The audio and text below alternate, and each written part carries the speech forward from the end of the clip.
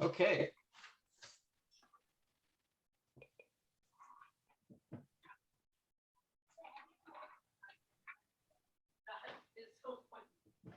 All right.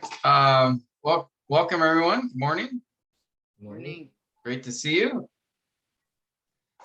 Today I want to focus our attention on just this. We're going to meet this week and next week, as I was just saying. Those will be the last two Zoom sessions before we meet for our Module 4 workshop. In fact, why don't I just show you, remind us of the schedule again. So from now, which is basically today until next Friday, we'll have a class today. We'll have class next Friday. We'll continue to review the assignments. For that, we'll look at the primary matters this week and probably next.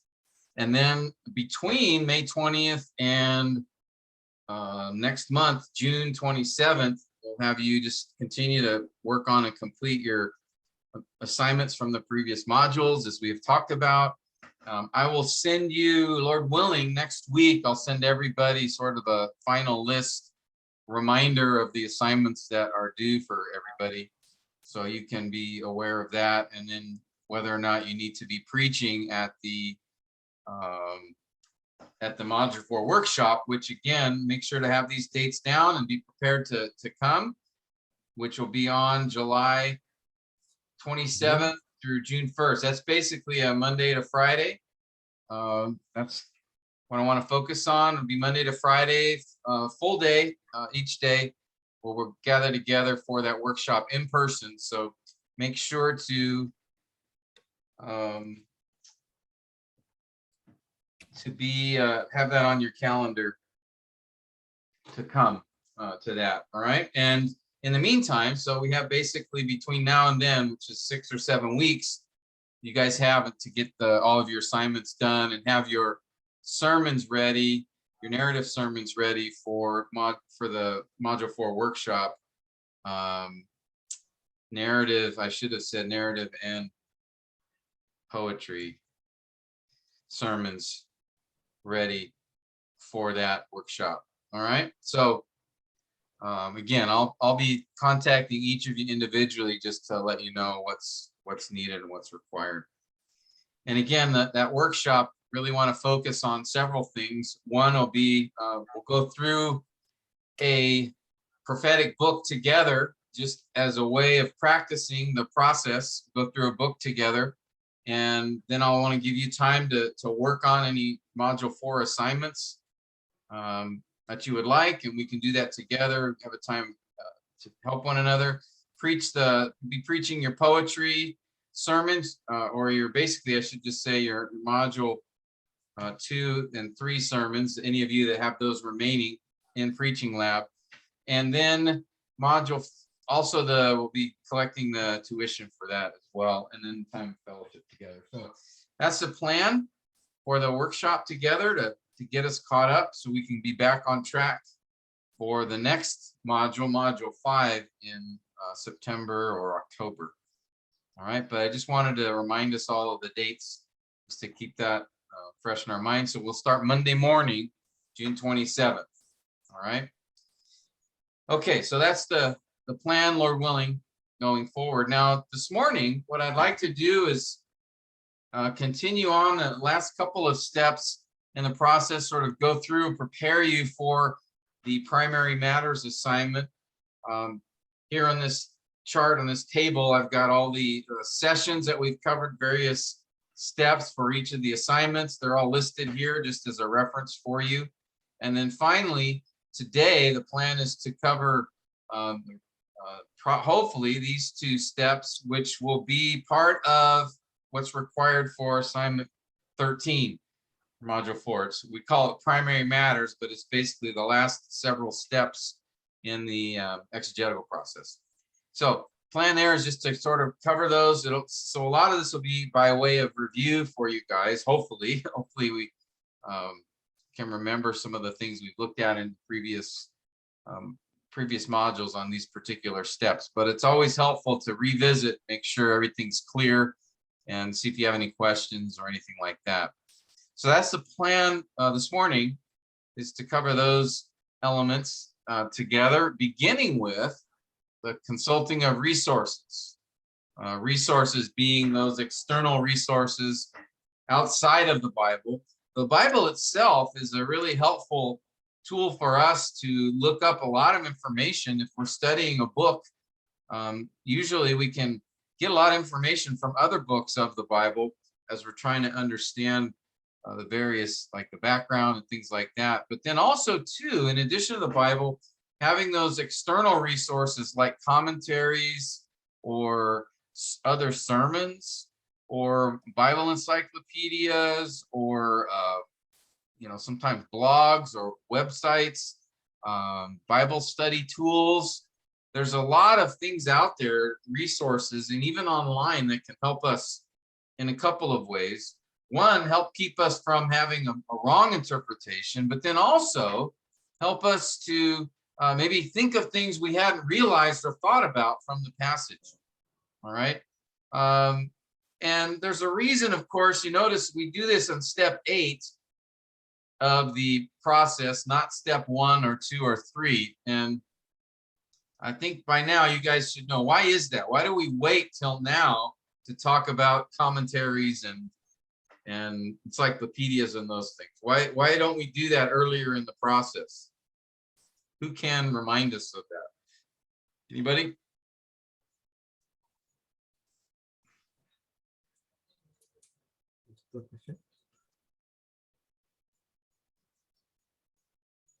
Ruel, got any thoughts? Why do we wait?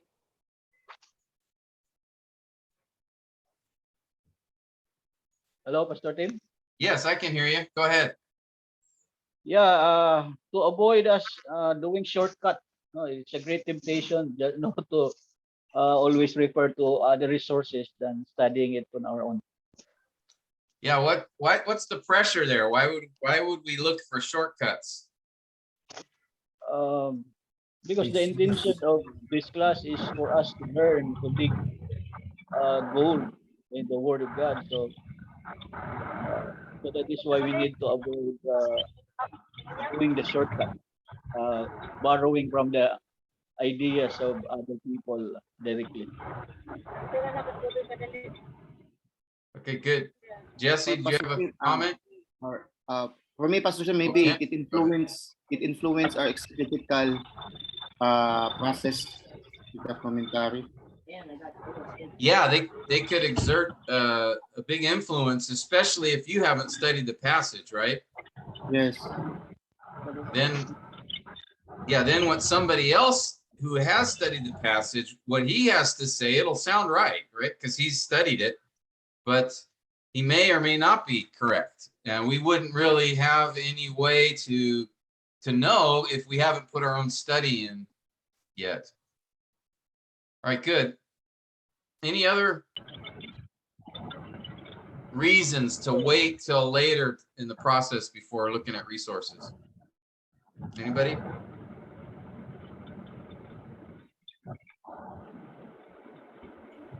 It is better to have a first-hand idea, Pastor Tim.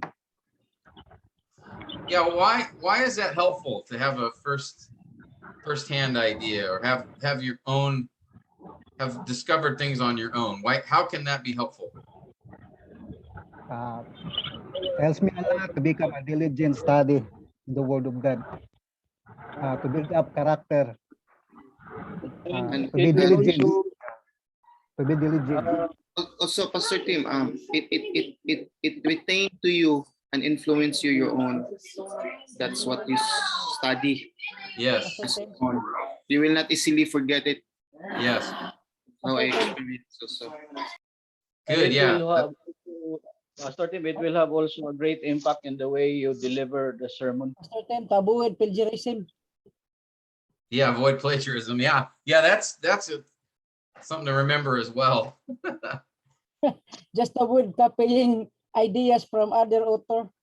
We study because we want to make our own understanding in the Bible.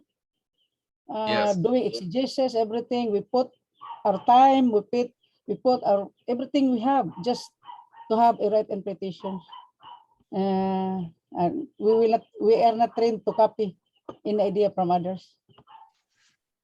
That's like Pastor Herman said about being diligent ourselves, right? Because that's what Paul told Timothy, didn't he? Be diligent to show yourself approved, not being ashamed, handling accurately the word of truth. So yeah, certainly we are commanded actually to be diligent in our own study.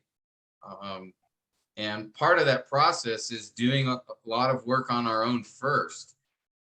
And as Ruel said, even not taking shortcuts, because it's very tempting to take shortcuts, especially if you have a lot of responsibilities, right? And maybe not a lot of time to prepare the message. So it's can be tempting. Now, did I say, or do we prohibit any use of resources? Do we tell people don't use resources? Are resources No. bad? No. No. What? Materials are good, Yeah. but not copied it. Yeah. So the issue is not that we're saying all resources are bad or wrong. What we're saying is that, we first need to, as pastors, preachers, teachers, we need to develop convictions from the word as we study it. And then the resources can be very helpful to us in guiding us away from error and helping us, giving us ideas or thoughts maybe that we didn't have as we studied. So resources, I found that, I use a lot of resources. They really can be helpful, but it's important that I do the work myself first. And we do need to be cautious with resources because sometimes that particular resources may not be helpful. They may be harmful depending on who the author is.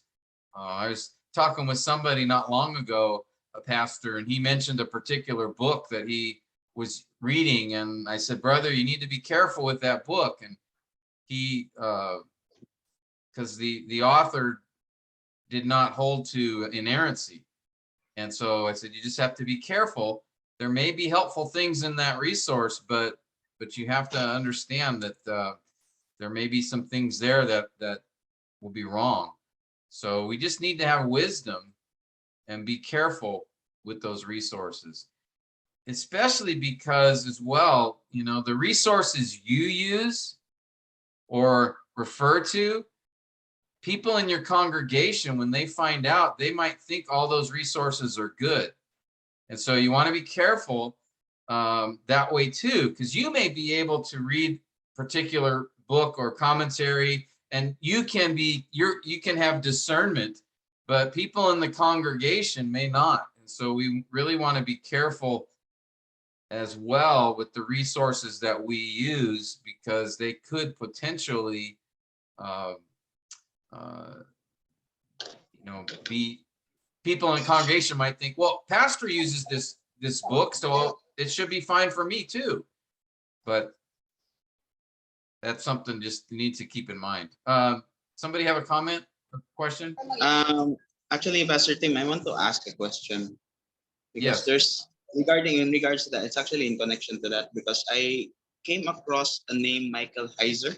I'm not sure if you're familiar with him. Michael Heiser? Yeah. How do you spell that? Michael. Yeah. And the Heiser is Heiser. That name's familiar. What about him? I'm not sure if he's the one, but I think he's the one who, because there's a question that I asked myself because I saw someone preaching this, and he says that firstly Satan is the original sinner, and that he also claims that we as man have satanic nature. Okay. So I'm a bit confused about that. Can Yeah, we really call Satan as a sinner? well, Satan definitely is a sinner, right? But he's in a different category than we are. One, he's unredeemable. And two, Oh, I see. right? Satan doesn't have a chance to be forgiven. And when we talk about original sin, yes, Satan was the first. He was the first to rebel in God's creation. But original sin refers to Adam, and the first sin in humanity. And that because humans can have babies, right? So that sin nature propagated to, the next generations, whereas demons can't have offspring. So they don't have, this idea of a sin nature or original sin really doesn't apply to demons in the same way it does to humans. But I'm not real familiar with his work. So I don't know that I could give you an intelligent response. Sometimes what I do, guys, if I come across somebody, I don't know much about him, I do a couple of things. One is I do a little research, and try to look them up. You can look people up now, right, on the internet and find out, okay, where did he go to seminary? Does he have a website that communicates his theology? And then also what I will do is go to somebody, a resource or a person that I trust, and see if they've reviewed any of this person's books or articles or sermons. So like the Master's Seminary has a journal that you can access online, and they do book reviews. So sometimes you might be able to find a particular book by that author reviewed by Master's Seminary, or you can just, type in that author's name and book title and then put review. Sometimes you may find a book review from, again, you want to find it from somebody, a person that you trust, and to see what do they say about this particular author. So, but yeah, Josh, do you have more details on things that you've read from him or heard about him? No, actually, I haven't. It's just that when I was I have a friend that is really into him, because Oh, it seems that the study that Michael Heiser is focusing on is more on angels, demons, and sorts and okay. sorts.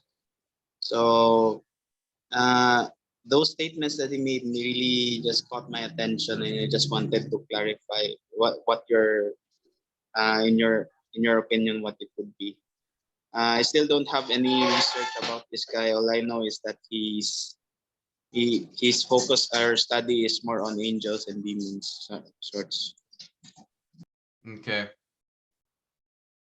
I see. Yeah, I'd have to look him up and see kind of what the things that he's communicated. It looks like, just as I'm looking at a few critiques of his book, there, maybe some differences there we would see in regards to his view of Satan and demons. But yeah, I would never just read a book or a resource or commentary without knowing something about the author. That's just not wise. So it's definitely good to sort of look up. And again, you can look up. In fact, this guy probably has he's got a Wikipedia. So you might be able to get some information there, and learn about him a little bit. So if there's somebody you haven't heard of, he may be great, or he may have some issues that you should be aware of. Another thing to do is you can talk to, other pastors, as you're doing now, Joshua, asking about this guy, because someone else may have heard of him or knows him. I don't know. Has anybody else heard of Michael Heiser? Anybody aware of him? in your studies?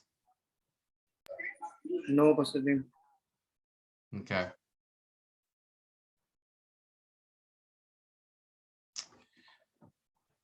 So that really sort of takes us to, again, resources are can be a very helpful tool, as long as they are, like with any tool, you just need to know how to use it properly. All right. And so resources are helpful if you are careful with, again, knowing who the author is and things about him. That will give you some insight as you use that resource. And if you need to be more cautious about it, or even know what perspective, because some, many, like all of us, some of us are very good in certain areas, and other areas, maybe we're not as experienced or skilled or knowledgeable. And that's certainly the way it is with people who've written commentaries and books, encyclopedias, is they may have particular areas where they're very helpful, very insightful, but maybe in other areas not as much. And so it really helps to do a little bit of investigation before using resources. All right. Now, unless it's like sort of a general, Zondervan Bible Encyclopedia, or Nave's Topical Bible, or the Treasury Scripture Knowledge. I mean, there's resources that have stood the test of time and would be very useful. Baker's Bible Handbook is pretty good, or the International Standard, ISBE, the International Standard Bible Encyclopedia. Is that right? So there's some resources there, the MacArthur commentaries, which have shown over time to be very solid. But then there are some that, you may need to do some investigation on the author to find more about him. But again, resources are encouraged, but as Sandy said, when we use a resource, make sure to give credit. If you quote from a resource, if you, maybe you don't quote exactly, but maybe borrow something from that resource, that's perfectly fine to do. There's nothing wrong with that at all. Just make sure that you give credit to that particular resource. And be careful how much you copy, right? No copyright. Just make sure you are careful about how much you use. I think most people in the congregation will understand that, you've used other resources. They would be perfectly fine with that. But if they find out, you're copying, whole parts of a sermon or things like that, people might be a little concerned, because they're thinking maybe you're not being diligent yourself, or you're being lazy. I just was talking to a couple not long ago, and they had found out they caught their pastor copying John MacArthur's sermons, and he had been doing it for months, and basically taking most of the sermon and just sort of preaching someone else's sermon. Now, if you're going to do that, don't choose someone like John MacArthur, who everybody knows about. Okay, just kidding. don't do it with anybody, but certainly not somebody that everyone knows about, because they're going to find you out pretty fast. But so yeah, that pastor he was confronted. He ended up leaving the church, because people were, he had been very lazy and was copying other people a lot, and so it was a problem. So we don't want to be in that situation, but also it's perfectly fine to use resources. Just one, use solid resources. Two, use resources toward the end of the study process. And three, use resources that give credit to those resources if you do use them. So a lot of times I will mention people's names specifically. This Old Testament scholar, Dr. Barrick said this, or Pastor John MacArthur gave this illustration or something. You know, a lot of times I'll just give a direct reference. You don't have to. You could say, you know, one pastor said or something like that, and then just keep a footnote in your sermon document. But we need to do a better job of being careful about borrowing from resources and how we do that. That's why I keep saying on a lot of your work assignments, if I noticed you used a resource, you know, a lot of times some of the guys don't put down what resource they used. And so maybe you've seen that in your feedback on Canvas, is make sure to indicate what resource you used.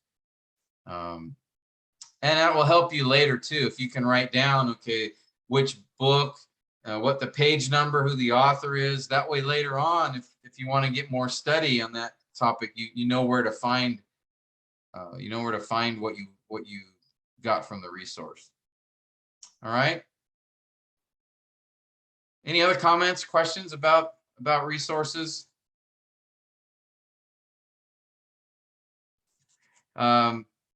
Here's these will be in your notes, but here's some common online resources that can be helpful. Tom Constable's Notes, very helpful resource. He's got notes on every book of the Bible. I found him to be generally pretty helpful. Grace to You, gty.org, that's John MacArthur's sermons. All right, so that's a helpful resource for especially New Testament. Bible Hub, there's several good commentaries there, older commentaries, but helpful ones there. Same at Bible Gateway. Go to the commentaries. They can be very helpful as well. Here's the reference to the International Standard Bible Encyclopedia. Good resource online. The Martin Lloyd-Jones, there's all of his sermons are on that mljtrust.org. Good resource. There's other ones out there too. These are just ones that I have found helpful for myself. All right, so those are some online resources. Now, when it comes to studying the prophets, here's a few good commentaries. Again, these will be in the notes that I post for you, but these are some helpful commentaries on the prophets.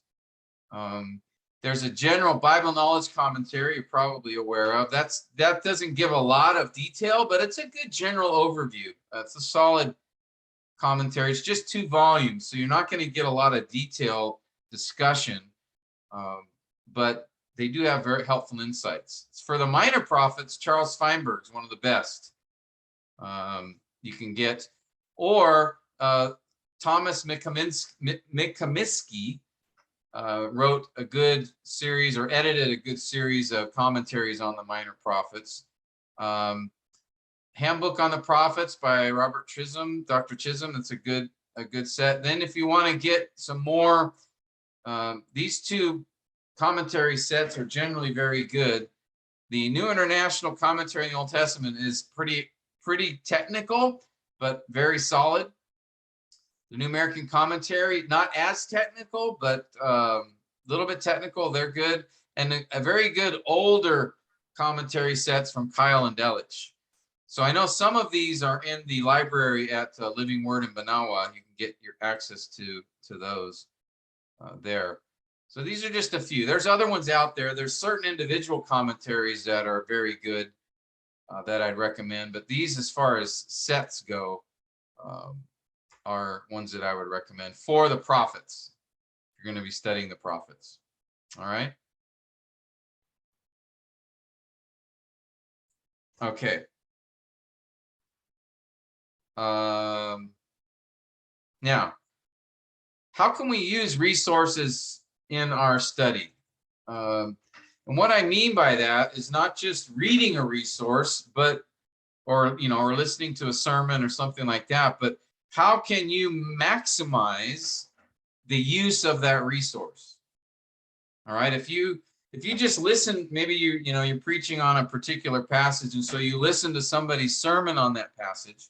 That can be good, can be helpful. You can get some insights, but how can you get the most out of that is there anything you can do to maximize the helpfulness of that particular resource? Or if you're looking at a commentary, you know, what are some things? So I just want to give you two real simple, practical things that I do when I use resources like that. All right. The first is I read through the resource and identify helpful comments. You know, usually if it's a book that I can write in or highlight, I'll just read through, and then whenever I see a statement or something like that, I'll just highlight it or mark it.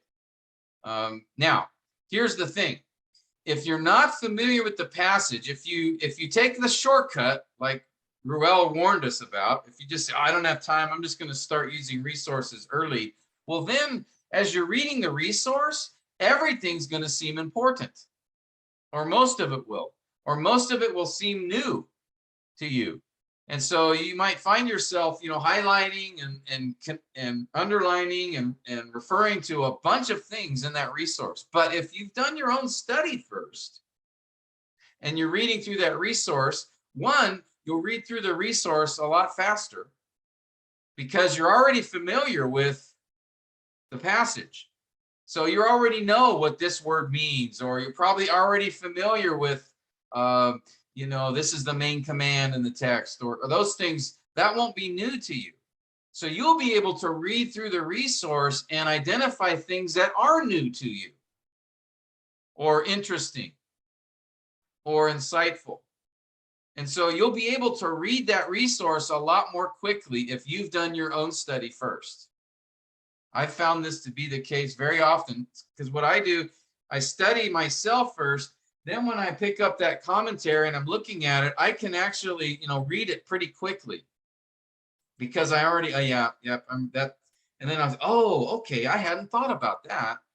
So, but if, you know, and there are times, you know, I've committed the sin of shortcutting and I'm reading a resource and it's like, everything's kind of new. So I end up spending a lot of time reading the resource because I'm not familiar with the passage. And so one advantage of doing your own study first, even though it's a lot of work, is you'll be able to be more effective in using resources because one, you'll read through the resource more quickly, and two, you'll be able to spot things more quickly in terms of things that are helpful. All right. Because typically what I've done too is, let's say you're studying a passage and you've got, you know, 4 commentaries that you're using. Oftentimes the commentaries are going to say a lot of the same things because there's stuff that's just obvious in the passage, right? So they're going to all notice similar things. And some of them may include other things that the other commentators don't. But so you'll find is there's a lot of similar statements. So if you're already familiar with it, you know, you can pretty much read through those very quickly. And so because you're already familiar with the passage and then the things that all the commentators note, that's probably something you already know about. So it's those things that you didn't think about, or maybe there's things that maybe you thought a certain way about the text and the commentators identifies a new thought that maybe you hadn't considered. That will stick out to you. Okay. And then you'll see, that's helpful. That's important. So then, if that's the case, then you'll take note of it. So we can identify comments in the resource that will help us. If you're familiar with your passage and have done that particular study up front. Okay, so as you're reading, just highlight or copy, write down, make notes on just those comments you found helpful. Okay, I notice sometimes too with guys is they'll use a resource and they'll just cut and paste like a bunch of paragraphs from the resource and put it in there, you know, and it's like, well, yeah, but usually if you've read through the resource, there should just be a few things you would just pull out, a sentence or two, maybe a paragraph, but normally if I see a guy copying 3 or 4 paragraphs, I know, you know what, he didn't study this passage really, and he's just cutting and pasting. that's not really a helpful exercise. That's not going to help you know the passage really that much better. But if you just read through the resource and you pick out those insights or comments is like, oh, that's helpful. And then you just pull out a sentence or two and you can copy that down. I think that shows that you're using a resource effectively. And again, that will be connected to whether or not you understand and have put your own study into the passage first. All right. Any thoughts on that or questions, comments?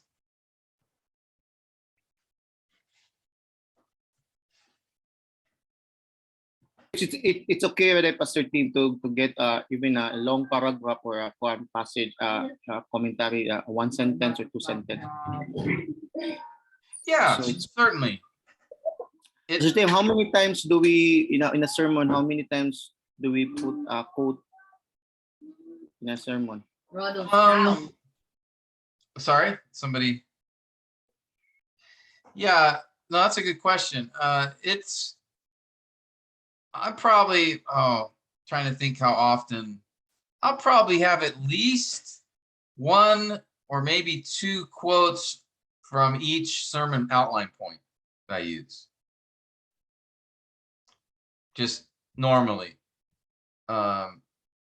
Something like that. Because there often can be a good illustration, you know, because sometimes commentators have said something in a very helpful way.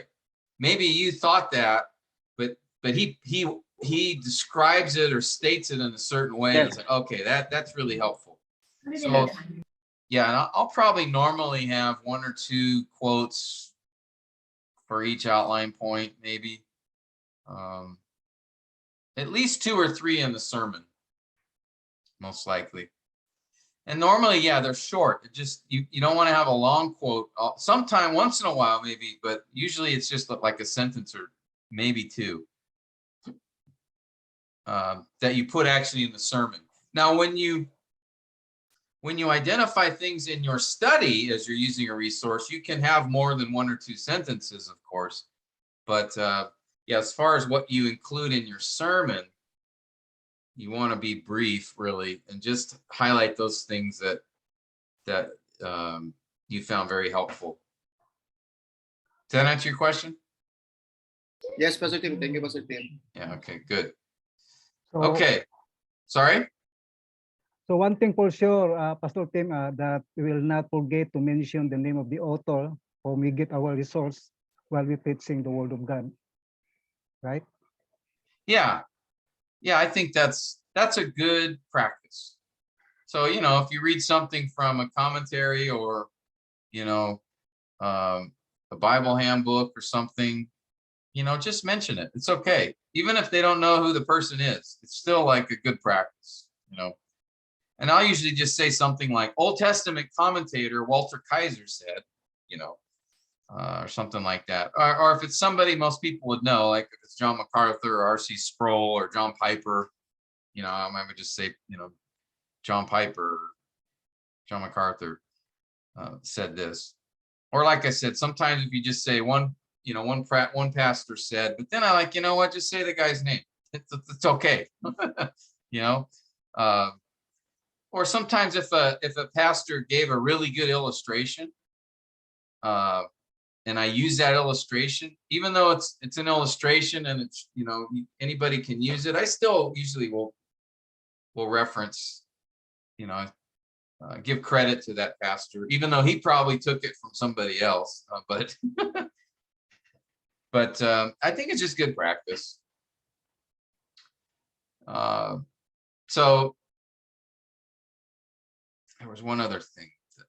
So yeah, the first thing then is read through the resource, identify, again, concretely, write it down, highlight it, copy it, just some way where you're actively identifying and even, you know, copying the statement that was made in the commentary. And then secondly is incorporate that into, I like to make my own, I call it my exegetical document, where I'll put in those helpful comments from the resource, I'll just put that into my document. And I do that verse by verse. So let me show you what I mean by going through an example with you.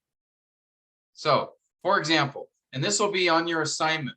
On your assignment, I'm going to ask you just to identify the resources you used. And so basically all you need to do is just put down what resources you used to study your passage. So when I studied Obadiah, these were the resources I used. There's some commentaries that I used. There was an article from a book that I used. This was a guy's master's thesis that I used. And then I had some online resources. Tom Constable's, I used him. And then there's a sermon I got from Grace Church on the book of Obadiah. So what I want you to do for the assignment is just put down the resources you used. You don't have to put anything else, but so identify the name of the book, the name of the author, and then maybe what page numbers you referred to. Okay. Even Pastor Tim, even though we do not quote or we do not put anything, any sentence or paragraph in our study, we should put this. Yes. This is just for the assignment. All right. When you do your assignment, make sure, just note what resources you use. All right. That's all I'm asking you to do for the assignment. All right.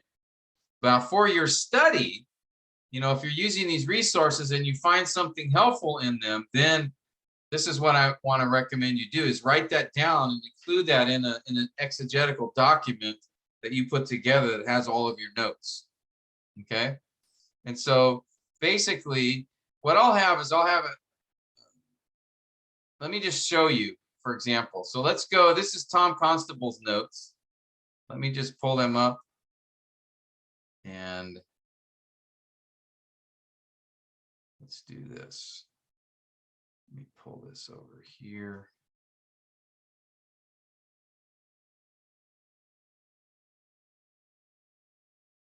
No, that's not what I wanted. Here, this one. Okay. All right. Hopefully you can see that. This is from the Tom Constable, where his notes are located. This is for the book of Obadiah. Notice he updated it, by the way, 2022 edition. And if you haven't seen his notes yet, I think generally he's very helpful. But he'll have a general introduction on the background context and historical information and all of that, so you can get all of that detail from him. And then he'll have the author, the recipients, purpose of the book, and then he has his outline. Again, this is Obadiah. And then he'll basically have a summary of the book. And then he gets into the verse by verse exposition. All right. And so, for example, let's go to, I wanted to use verses 10 to 14. Let's read those first together.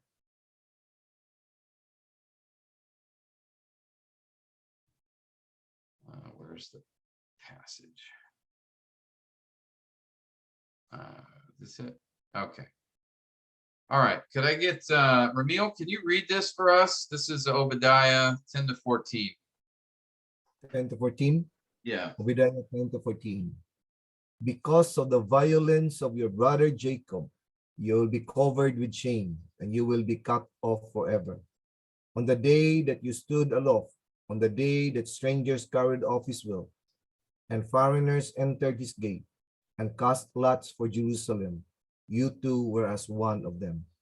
Do not gloat over your brother's day, the day of his misfortune, and do not rejoice over the sons of Judah in the day of their destruction. Yes, do not boast in the day of their distress. Do not enter the gate of my people in the day of their disaster. Yes, you do not gloat over their calamity in the day of their disasters, and do not lot their wealth in the day of their disaster.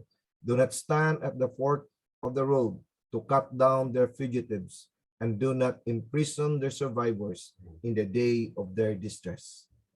All right, thank you. So let's say this is the passage we're focusing attention on for our study, And then we've reached the step where we're consulting resources.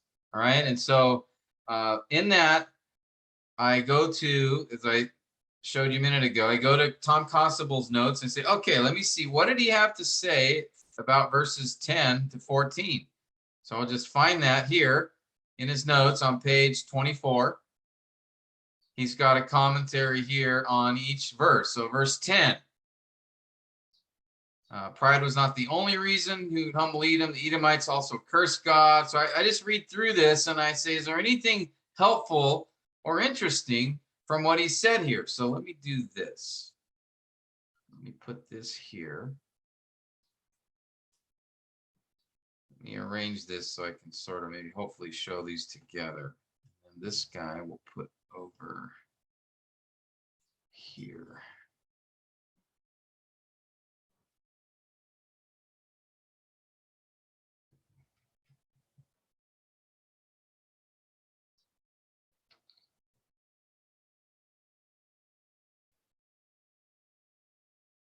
Maybe I'll do this. Sorry, give me a second, guys. I'm arranging this so I can show it to you. All right, now let's try this here. All right. Did I catch it?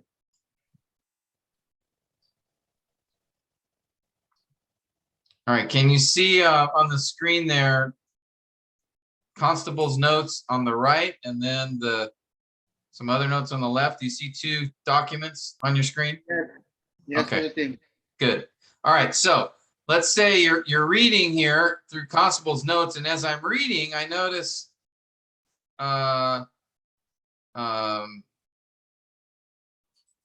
oops, I'm on the wrong part. Okay, here we go.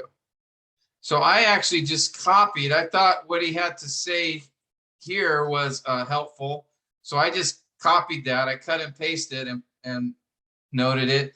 I thought also what he said about the word violence. He gave a definition or discussion of violence and related to the Edomites. And then I also thought this was helpful, his comments about verse 9 and related to verse 2. So you can see that I just noted here, and I just write it down or cut and paste it. Usually I'll have a Word document, so I'll just cut and paste it, especially if it's electronic or online. If it's a book, then I'll just end up typing in whatever quote or reference I found helpful. And so then now I have his comments on verse 10 here. And then what I do is I take those comments, and then notice he's got comments on verses 11, 12, 13, 14. Okay, it's a typical commentary. All right. Now, again, notice it's not a lot of detail, but he has a few paragraphs on each verse that he gives comment on. And then what I'll do is I'll take those comments and I will incorporate them with other comments from other commentaries that I had consulted or other resources, and I'll put them all together verse by verse. So let me show you what I mean by that.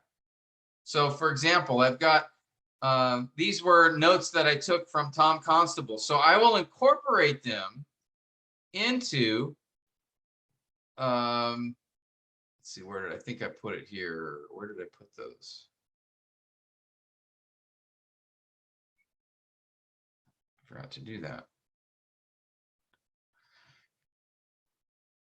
Just give me a second.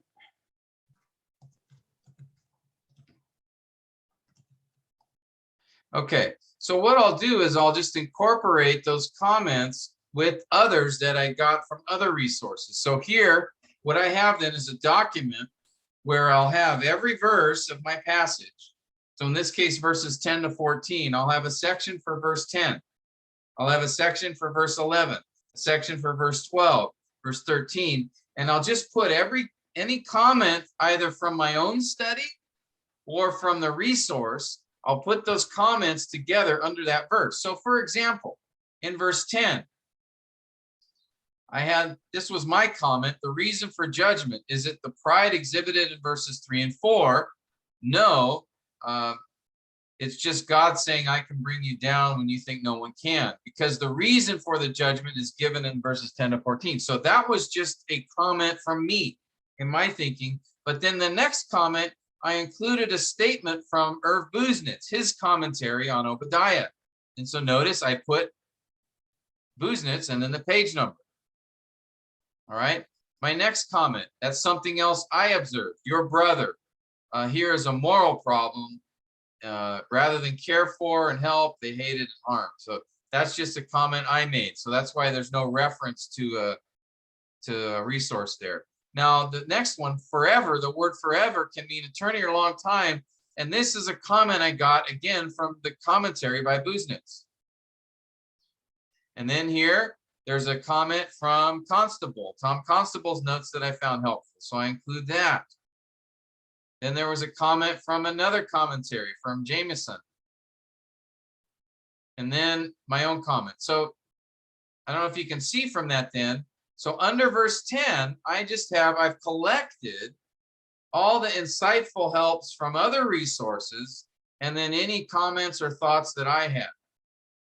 And then I'll just put them together in a document, my exegetical document. So I'll have written down, so all those steps 1 through 7, you know, the background context, literary context, the prophetic analysis, the block diagram, the word study, all of that I'll have in a document. And then when I get to the resource, consult resources, I'll have every verse of my passage and then collect all the resource information underneath that verse.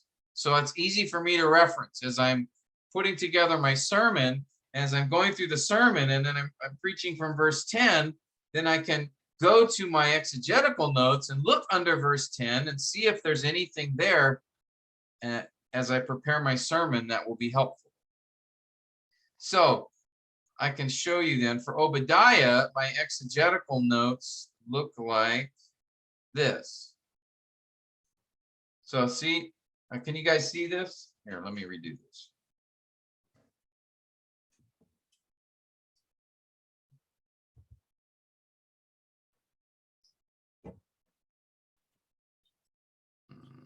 Where is it? Oh, there it is. Okay.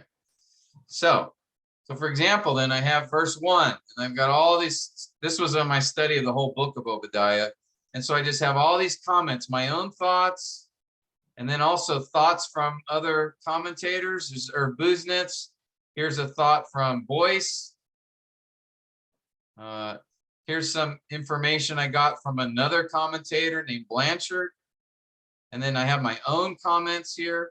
So I just collect those all under verse 1. Then verse 2. Well, I didn't get much on verse 2. I just have the one comment on that one.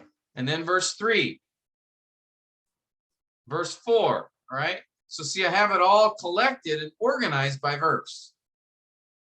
All right. Now, I'm just suggesting this. You don't have to do this. There isn't an assignment that requires this from you, but I'm suggesting this may be helpful to you to try to find some way to organize your information in a way that you can access it easily. So what I'll do is, I'll prepare my sermon, and then I'll go back and I'll just look quickly at, okay, I'm preaching and I'm looking at verse 4. Is there anything here that can be helpful? Or verse 5, anything here that I might want to incorporate in the sermon?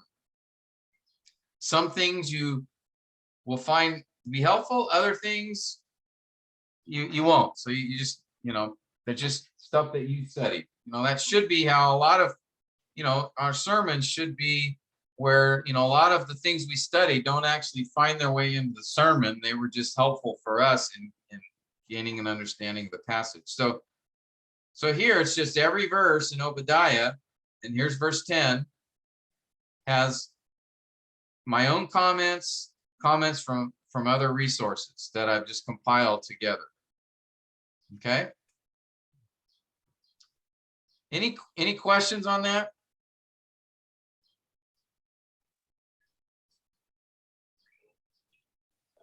Again, that's just a method or an approach that I use to try to organize my study. Okay. So I examine the resource, I skim through it or read through it, highlight or note or underline, or even copy helpful remarks, and then I organize those in my exegetical notes document by each verse. Then when I go to prepare my sermon, I've got everything in an organized fashion I can just go to, and I've found it very helpful for myself. So it's just a suggestion for you. Any thoughts or comments, questions about that?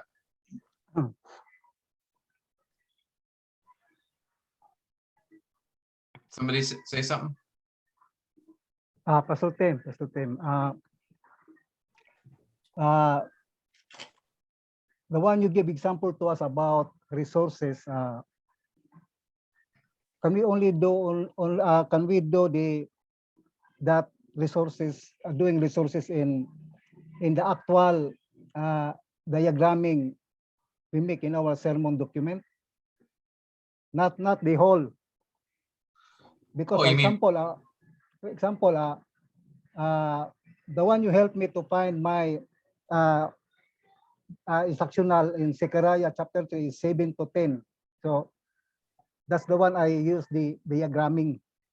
So you mean that only that portion that we can do the resources that we have to do? Oh, I see. No, you need to use the resource for the whole chapter because that's your passage. What I just suggested was for the block diagram assignment only, because some of the verses in your passage are narrative, so it won't be helpful to diagram every verse. So I just suggested what verses for you to diagram that I think would be helpful. But for your resources, you know, you're preaching the whole chapter, right? You're preaching all of Zechariah 3. Okay. So yeah, I just highlighted or pointed out certain verses for you just for the diagramming assignment and the textual observation. Okay, thank you, Pastor. Okay. But yeah, for your sermon, you got to do the whole chapter. And for resources, look at, you know, for the whole chapter. Even the word studies, pick a word from anywhere in the chapter. It doesn't have to just be verses 7 to 10. Okay.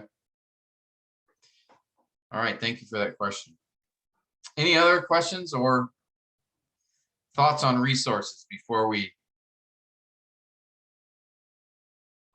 So the assignment that I'm referring you to right now, or that we're focusing our attention on, is assignment 4.13, which will be, let's see here.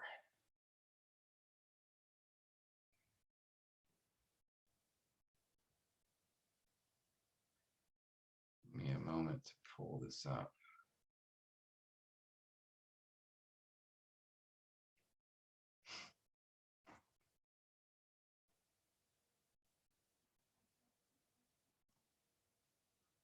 Okay. All right. Thank you for your patience, guys. Didn't have all the documents pulled up here. Let's see this one. So this was assignment 413. It should say for your Zechariah passage. And then basically here, just the steps you're going to do for this assignment is you're going to do, the first one is consult resources. That's simply just list the resources you used. All right. So this other stuff I'm showing you about how to compile that information, you don't have to do this for the assignment. I'm just showing that to you as a suggestion for you to do in your own study. For the assignment, for assignment 413, I want you to just list the resources you used. Then the second part is identifying the author's exegetical idea, his what, why, how. And then the timeless truths, identify those. And then the meditation, the reflections. And then lastly, your homiletical idea, which is your sermon main point and outline. So all of that is part of this assignment 413. We call it the primary matters. for your assignment. All right, so I'll have that ready for you probably next week. Have this assignment posted for you with the format and everything. But that's what we're talking about here as far as what's going to be included in the assignment. So the first step of this assignment is identifying those resources you use. And then this morning, I just wanted to add a little more information as to how to use resources effectively, okay? After that step, the next step is then, in the assignment, follows exactly the next step in our process, which is to state the exegetical idea of the passage, okay? That's our, another way, fancy way to say the author's intended meaning, right? Again, as with any other genre, all the study we've done to this point in module 1, module 2, module 3, it's always the exegesis. The goal is to identify what the author meant. What is the author saying to his original audience? That's the goal, all right? And that we've called as the exegetical idea of the passage. And the way that we've asked you to articulate, to write that out, is to identify the author's meaning by his what, his why, and his how. Again, the author's what is just, what is the subject of the text? What is the main point? And then secondly, what is the context of the text? That is, why did the author make that point? And then third is the how. That's the outline of the text. That's the author's flow of thought. And for epistles, for poetry, for prophecy, for sermons, that usually will be in the form of a block diagram. Now, if it is a narrative, it's going to be in the form of scenes. And for the prophetic genre, you'll have a mix of that. For your passages in Zechariah, they're more of a generally like a narrative overview, and then there's key dialogue within it. So keep that in mind. But you want to basically, your goal is, from all the first 8 steps, is to identify the exegetical idea of the passage. Okay, and just remember, this isn't your sermon yet. Step 9 is the exegetical idea of the passage. That is the author's intended meaning. Okay, so this isn't a sermon point yet. This is just what's the author's main point? Why did he state that point? And how did he communicate that point? All right, that's where we're headed. So, for example, Obadiah 10-14. Here's just an example of an exegetical idea that I put together from just these 5 verses. The what? What's the general point of this passage? God will bring just judgment upon Edom. Okay, notice I'm not directing this towards my hearers yet. This is the author's intended meaning. So it's just, what is the author saying? What is his point to his readers? And the point I took is this: God will bring judgment, just judgment, upon Edom. Why? Because of their harsh treatment of Israel, or their sin against Israel, or violence against Israel, something like that. And then the how is simply, I saw two points here. One was the declaration of judgment upon Edom, and then the second was the details of their crimes. Okay, that's how I broke it down. So this is the exegetical idea of Obadiah 10-14. That is the author's intended meaning. Okay. Hopefully this isn't anything new, but hopefully this makes sense. But are there any questions that you guys have?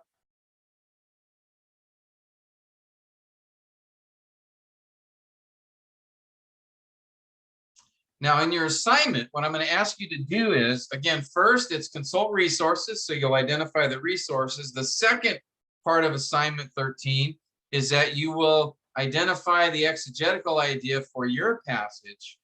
And then what I want you to do is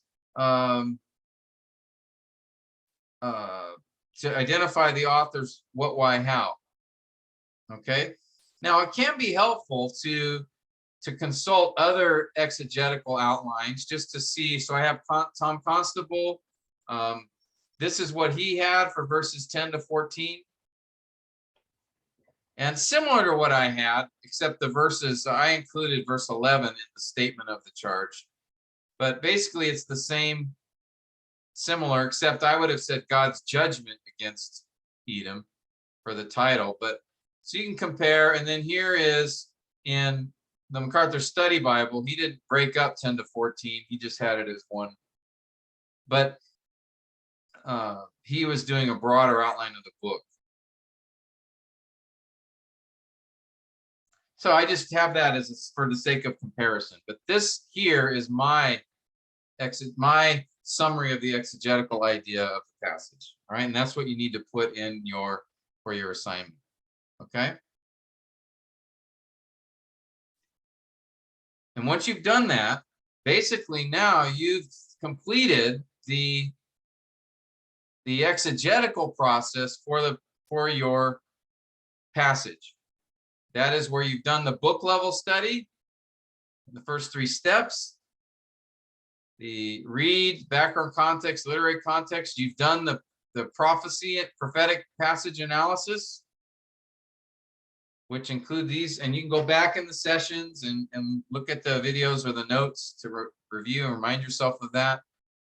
You've done the block diagram, again, only for key statements in the dialogue, and I point that out, by the way, on your document, which verses you should diagram. The textual observations from those verses, the word studies in the passage, and then what we just talked about, the consulting resources, then stating the exegetical idea. So all of these steps now we have identified through that study the author's intended meaning. So now that we've determined what the text meant, we now need to move our attention to what it means. That is, how does it apply to our hearers? All right. And so this is where we move from being the exegete to the expositor. And the question is, okay, how do we get there? How do we go from what the text meant, which we find from our exegesis? How do we get to what the text means, which is our explanation of the truths of the passage to our hearers? And that is through what we call the timeless truths. Okay? That's the bridge between the author's world and our world. Okay? So, for example, when you're preaching this passage in Obadiah, we're not just going to give them a history lesson about Obadiah and who the Edomites are and what their history of conflict was and what particular event they did in order to bring God's judgment upon them. Of course, we need to understand that, and we will explain some of that to our congregation, but this is, again, the author's intended meaning for his hearers. What we need to do then is understand, okay, how does that, what God had to say to Edom, how does that connect to, what's his message for the church then from this passage? What is the point from this passage that applies to my hearers? Okay, because I'm willing to bet, brothers, that your congregation is not a bunch of Edomites who had just committed sin against Israel. Am I right on that? I'm willing to bet that people in your congregation are not from Edom. They didn't commit these sins that the Edomites did against Israel, right? So you can't just take the passage and the message to Edom and then just turn it toward your hearers and give them the same message. Okay? They're not a bunch of, hopefully, they're not a bunch of pagans who've just committed all, these sins against the Israelites. So the question is, well, what is the message that I deliver to my hearers? What is the connection? What is the timeless truth or truths from this passage that apply to every person in every situation in every culture in every time and place? That's what we need to figure out. So what were the theological principles or doctrinal truths or timeless truths that applied to Edom that would also apply to us? That's what we want to figure out. Okay, and this is again the case for any passage in Scripture. Once you identify what the author was saying to his hearers, now it's like, okay, so what from what I learned here, what applies to my congregation, to my hearers, to the people I'm teaching? And so that's where these timeless truths come in, because those are the truths upon which the original author based what he wrote, what he said. So as we look at, again, that figure here.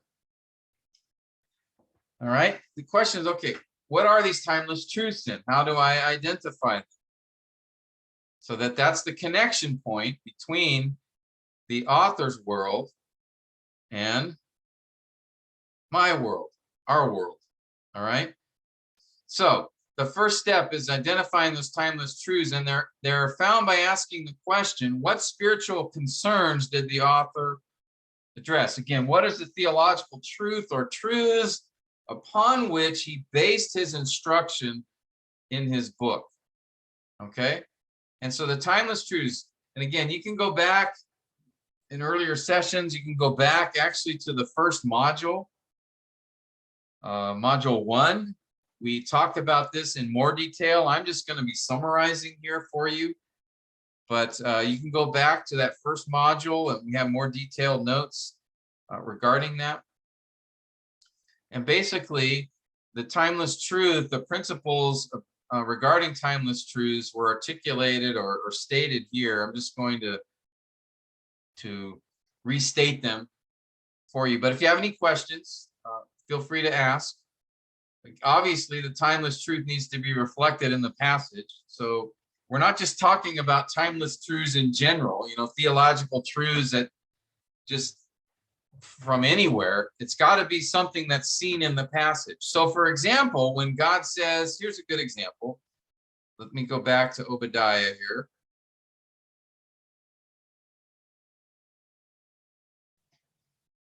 All right.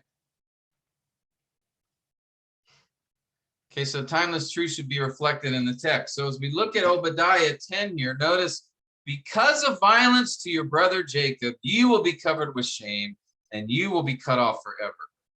Notice here, what is a timeless truth, a principle? It is God is just, right? And he will judge sin, right? God just didn't judge the Edomites because he felt like it. He judged them because of something they did. And in this case, it was violence to your brother Jacob. And then he gives the details of that, what they did in the subsequent verses. So the timeless truth should be evident within, from the passage. The timeless truth should be timeless. Again, this is something that will apply for any situation, any person, any time, any culture. It's not culturally bound. For example, Pastor Temes. Yeah. What they sow, they reap. Yeah. Yes. Yeah. Perfect. Galatians 6, 7, I think, somewhere in there. Right? That's the principle here, basically. Okay? That's the timeless truth. Because that's true anytime, right? Any culture, any place. What you sow, you will reap. I mean, that's what the book of Proverbs teaches that. And of course, in Galatians 6, Paul refers to that statement. So here we see it being carried out over the Edomites. The timeless truth should correspond to the teaching of the rest of Scripture. That is, you will not come up with a timeless truth that contradicts another truth from Scripture. Okay, if you do, then your timeless truth is incorrect. You have to rethink it. It won't contradict. And again, the timeless truth should be relevant to both the biblical audience and the contemporary audience, meaning it should be something that is directly applies to both. All right. Now, how it applies may be different, right? The principle of what you sow, you will reap, that can look very different depending on the situation. But the principle is the same, but how it applies may be different. In the case of the Edomites, it applied in the way that when Jerusalem was being attacked by an enemy, the Edomites did nothing to help, and in fact, they actually participated in the attack. And so God says, what you sow, you will reap. You committed violence against your brother Jacob, therefore you will suffer consequences for that action. All right, that truth, what you sow, you will reap, applies to the Edomites in this situation. It applies to us, and in our circumstance, it applies to everyone for all times. Now, how it applies, again, could be different depending on the situation. And then lastly, the timeless truth should be summarized in a short sentence. So you don't have to do a long paragraph or paragraphs. Just state it in a short sentence, just like what Pastor Herman did. What you sow, you will reap. We see that in verse 10. Okay. Or God is just, or God will bring consequences for sin. Okay, something like that. You don't have to get into a long discussion about it. It's just a simple statement and summarized in a sentence. So, for Obadiah, what are some timeless truths? We've already just mentioned a few of them. God is just. God will bring consequences for sin. We must not bring harm to our brother. Don't stand aside when the brother's being harmed. Okay. So these are just a few examples. Okay. Now notice you probably will have several timeless truths in your passage. But again, when you preach your sermon, you want to focus on the primary things that the author focused on. So your main point, which I think the main point of this passage is God is just, or God will vindicate himself and his people. All right. That's sort of the main point of the passage overall, even though there are several other timeless truths in here. So they may or may not be a key point within the sermon. Just keep that in mind. Okay. Now, one other thing that I do when I look for timeless truths is I'll consult systematic theologies. And actually what I do is I go to their scripture index at the end. You know, they usually have an index at the back of the book that has all the passages that they reference in their book. So for example, I went to the Biblical Doctrines book, MacArthur and Mayhew, and I looked in the index, and page 986 of the index had a reference to Obadiah. And there were 3 references to Obadiah in this theology book, their theology book. And so I just go and look, because sometimes you'll find the systematic theology may actually have an explanation of the specific of a particular timeless truth from your passage. Sometimes it won't be there, but sometimes it will.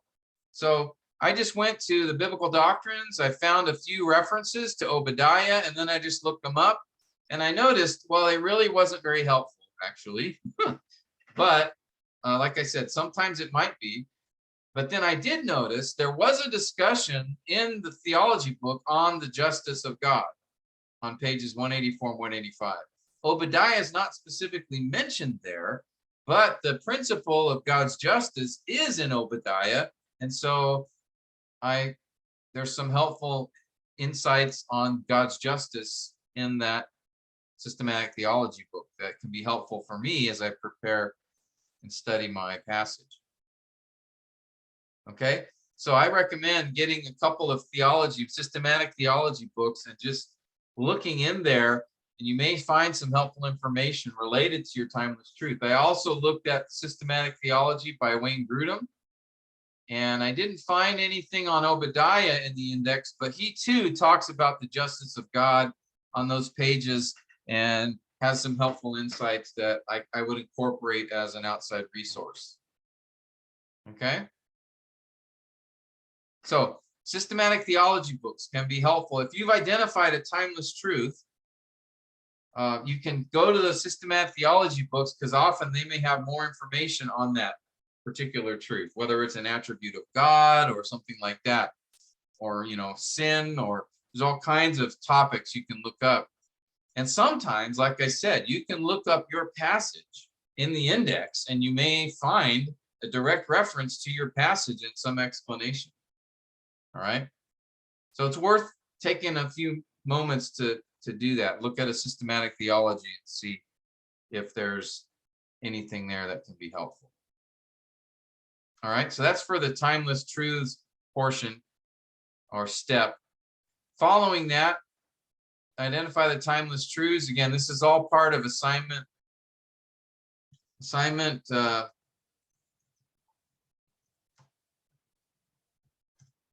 Basically has consult resources, or here, I'll just consult resources, and then identify or state the exegetical idea, and then identify the timeless truths. Okay, and then the next step is the meditation. Meditate on the passage. And again, we've discussed that before. It's the same as for the previous genres, and it's something that's really important to make sure you do. And what I'm going to do right now is just sort of pause at this point, and we'll pick it up here next week when we gather. I'll talk a little bit again about meditation and its importance, just by way of reminder for us as I continue going through that assignment. Again, the goal here these last few weeks is to just give you some discussion and review reminders that would apply to the assignments in the module 4, for module 4, so that you can have a reference to review when you get to that assignment. Okay. So assignment 13 actually covers several steps, as I've just mentioned to you, from basically consult resources through your homiletical idea. So there's a few more steps I want to cover with you a little bit, review, and we'll do that next week, Lord willing, which will be, again, the last Zoom class that we're going to have before we gather together at the workshop. Okay. With that, any final questions or comments or cries of despair or yawns? Anything?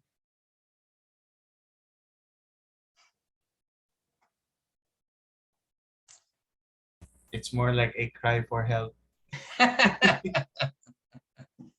Well, like I said, well, you can cry out in module 4 workshop. How long, oh Lord, will you forget me forever? I need help on my assignments. So can do that at the workshop as well. But again, my encouragement, guys, to you, and to those of you who maybe didn't make the class this morning, but you're watching the video, my encouragement again is just get those modules 1, 2, and 3 assignments done, and then we'll be able to, we more than halfway through the course. And I think if the Lord allows things to stay open for the next year, we can actually get through this, so that by this time next year we'll have graduation, Lord willing, for those of you that finish anyway. So just work now these next 6 or 7 weeks, complete the assignments you've got left through the first 3 modules, and then we'll have time before September to get the module 4 assignments done, so that you'll be ready to preach your prophetic texts in module 5 in October. or maybe end of September. Okay, Okay. lots of fun.